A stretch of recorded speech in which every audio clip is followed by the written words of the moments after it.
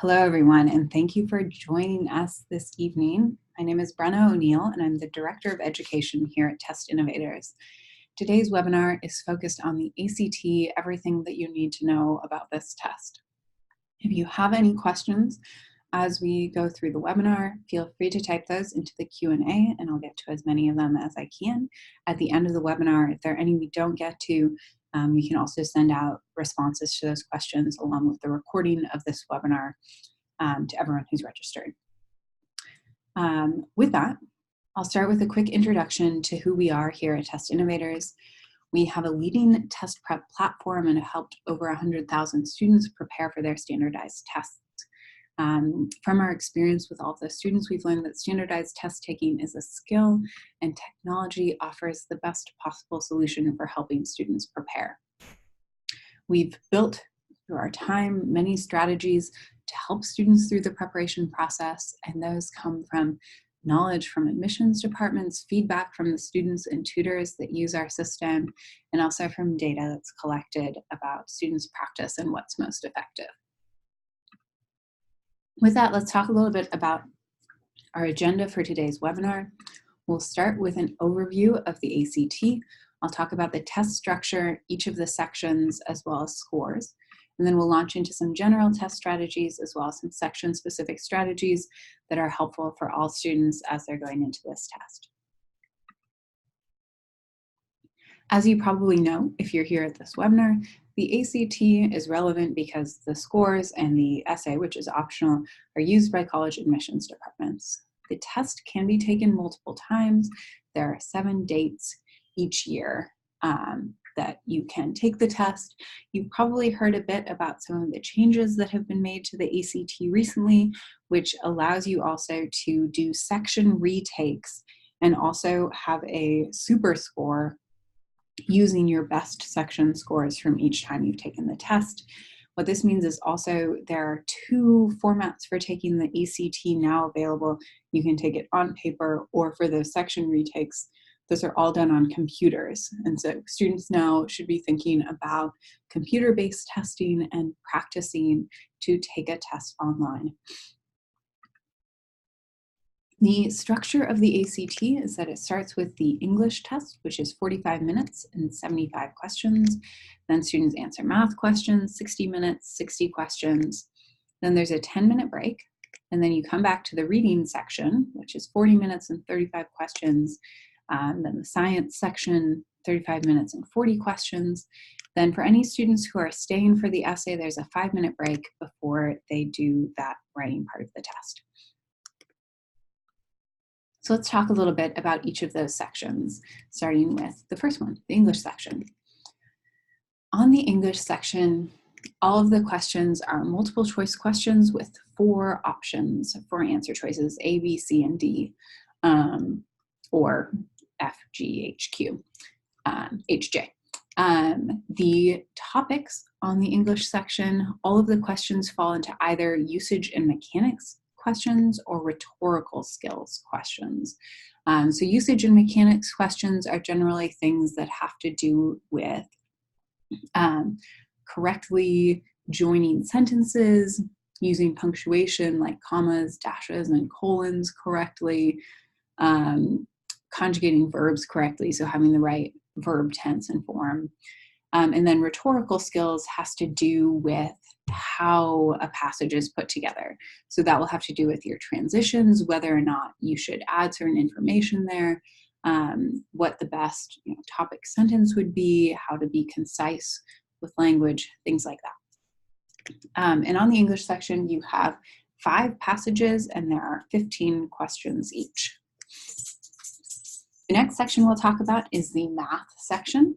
And for this section, again, it's all multiple choice questions, but now this is the only section that has 5 options for each of those questions. And it's also the only section that's roughly ordered by difficulty. So you can sort of think of that first set of questions as being easy. So 1 to 20 is about easy. And the next third of this section is medium difficulty, and the next third is harder questions. The topics that you'll be tested on the ACT, there's pre-algebra, elementary algebra, intermediate, coordinate geometry, plane geometry, and then trigonometry. The reading section of the test, again, it's multiple choice questions. You have 4 options for each. And the general question types, you have main idea questions that ask about the passage as a whole. You have detail questions that are asking about more specific pieces of it, words and context, so specific vocabulary in your passages. Text structure, so how a passage is put together, and then inference questions.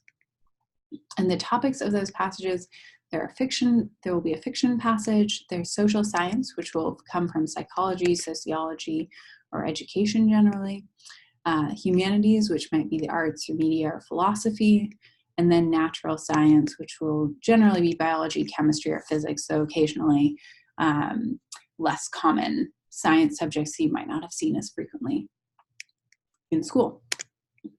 And speaking of science, the next section is the science section. So for this section, again, it's all multiple choice, 4 options. Your topics, biology, chemistry, earth or space sciences, or physics. And there are generally 3 different types of science passage formats, the way that you'll be asked questions, the types of questions you'll be asked. There's data representation, where you're given some data and then asked to answer questions about it. Research summaries that are telling you a summary of someone's research. And then conflicting viewpoints, where you have perhaps 2 conflicting hypotheses around a certain scientific phenomenon. And then finally, we have the optional essay. For this one, you'll read 3 diverse perspectives on a specific issue.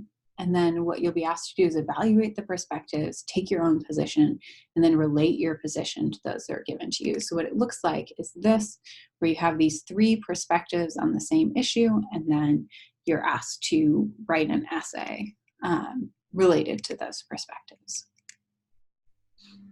So with that, let's talk about scores. The way the ACT is scored, you get 1 point for each correct answer, and incorrect or unanswered questions, you get 0 points.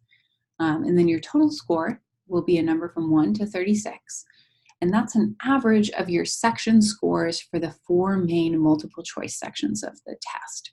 So you'll have section scores for math, science, English, and reading, all from 1 to 36 as well. And then that total score is an average of those.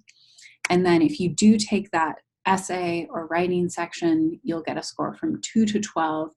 And that score actually comes from getting a score from readers who are scoring your essay on 4 different areas: ideas and analysis, development and support, organization, and language use and conventions. Each of those is scored from 2 to 12, and then your writing score is the average of those 4 scores. So, what is a good score on the ACT?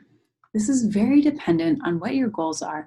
And of course, since the main reason you're taking the ACT is because you're applying to colleges, what matters is which colleges are you applying to and what are the scores that you need for those applications. A good starting point is to look and see if the colleges you might be interested in publish their average ACT or SAT scores. Additionally, many schools may provide some software that shows information about students' scores, GPA, and then admissions information for different colleges. And again, that can give good directional information. As you're looking at any of that, remember that there are many pieces to the application process. So certainly a test score is far from being the only piece of information that a college is going to look at as they evaluate an application. But scores are one piece of it, so how do you prepare for the ACT? And let's start with timeline. In general, it's a good idea to start thinking about the ACT in the late spring of your sophomore year. And the first step is to take a practice test, and you're just going to see where you are. And that way you'll be able to create a preparation plan that makes sense based on your starting point. From that initial practice test, you'll figure out which areas need work. You'll look at all of the questions that you missed and figure out how to tackle those effectively the next time. Do targeted practice of those specific skills or question types that you're having trouble with. And then it's an iterative process. Take another practice test, see where you are, and continue until you've arrived at where you want to be for that test. In general, you're aiming to test in the spring of your junior year. Now, of course, some students may be ready and just get it out of the way earlier than that, so you might do it in the fall of your junior year. And some students, you always have a little bit longer than that, so that gives you some wiggle room. You certainly can take it as late as the fall of your senior year. In general, if you take it by the spring of your junior year, that's nice, because then you have time to focus on the other parts of your application in the fall of your senior year as you're actually applying. A very common question is, should I take the SAT or the ACT? The best way to determine that is to take a full-length practice test of each and see which one goes better. Some things that you can evaluate in addition to looking at your scores on each of those is to think about which parts worked better for you about each test. Some key differences between the two being the timing.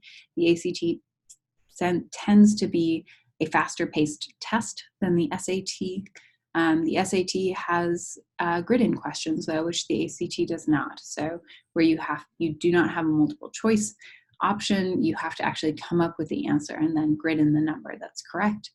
On the SAT, you have math formulas provided. On the ACT, you don't. The ACT has a science section. If that's a forte of yours, then the ACT definitely can make sense and may be a better option. Some overall strategies that can be helpful for all students as they're going into this. The ACT is a multiple choice test, so you should always be thinking about using the process of elimination. What this means is cross off answer choices that you know are wrong and then make an educated guess. So if you're not sure how to find the right answer, remember that you can still eliminate and then make an educated guess, or sometimes even find the correct answer. Another key strategy is there's no wrong answer penalty on the ACT, so you should absolutely answer every question. If you are running out of time, make sure you bubble something in for every question on the test. As I mentioned before, the ACT is a pretty fast-paced test, so another really important piece of doing well is time management. And the key to thinking about time management is that every correct answer is worth the same number of points. So your objective is really just to answer as many questions correctly as you can, which means that you shouldn't dwell on hard questions, because it means that you're losing time that you could spend on, say, multiple easy questions that would take you less time. So what you'll do is think of questions as either easy or hard for you. So if it's easy, that means it's a question that you just can figure out how to do pretty quickly. If it's hard, anything else. So if it takes too long or you actually don't even know what it's asking about, that's a hard question. It's something that you'll want to come back to. So in your first pass, you'll only answer the easy questions, mark the hard questions, and in your second pass, you can come back to those. It's worth mentioning specifically that reading time management can be particularly hard because you have to read long passages. So learning how to skim effectively is a very good idea. In general, some good things to look for when you're skimming are any repeated words and also focusing on the first and last sentences of each paragraph. Of course, as soon as you start skimming, remember not to rush too much. If it means that you no longer are processing any of the information that you're reading in the passage, they'll end up being less effective. And some final time management tips. Make sure you're keeping track of time during the test. You should know the average time you have per question on each section, and that way when you look at the time in the middle of the section, you'll be able to see whether you're on track or if you might be behind, you'll want to move a little more quickly. If you're rushing through and you're way ahead of where you need to be, then you can slow down a little bit. And the best way to get a sense of sort of how fast you're moving through a section is to practice so that you know what it feels like to spend 1 minute on a question or to spend 4 minutes on a question. With that, let's talk specifically about some math strategies. One of the most common mistakes we see for students missing math questions is that they didn't read carefully. So some good strategies to help you avoid that are to underline important information, pay attention to the units, and always check what the question was asking for and make sure that that's the question you answered. Drawing pictures can help you visualize the information, and don't forget what every math teacher has always told you, which is to show your work. Additionally, for questions, especially ones you're not sure about, use estimation to figure out about how big the answer should be, and then eliminate anything that's unreasonable. Use the answer choices. Many questions you can substitute the answer choices into the question to find the right answer, especially if you're not sure how to solve the question directly just from the question's information.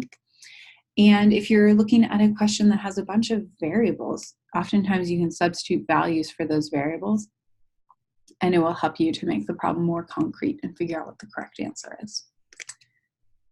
Some reading strategies. The first and most important one is always to think about looking at the passage for evidence for your answer choices. In order to be the correct answer choice, there must be evidence in the passage for it. Additionally, always think of your own answer before looking at the answer choices so you don't get swayed by anything that looks tempting in those answer choices. When it comes to the reading section, it can also be really helpful to have some strategies for eliminating answer choices that are probably not correct. And the easiest of these is to avoid extreme answer choices. So these can sometimes be true, but it has to be said explicitly in the passage. And if you're ever in doubt, it's best to avoid these. The words that tip you off that you're looking at an extreme answer choice are words like only, always, never, none, best, worst. Anything like that is probably extreme, and unless you see it exactly like that in the passage, it's likely not the correct answer. Additionally, you always want to match the scope of the answer you're choosing with the scope of the question that is being asked. So if it is a main idea question, then you'll want an answer choice that encapsulates the entirety of what the passage said. But if it's a detail question, then it should be a more specific detail answer. And you also will just want to avoid anything that's so broad, it's more broad even than what the passage was saying in its entirety.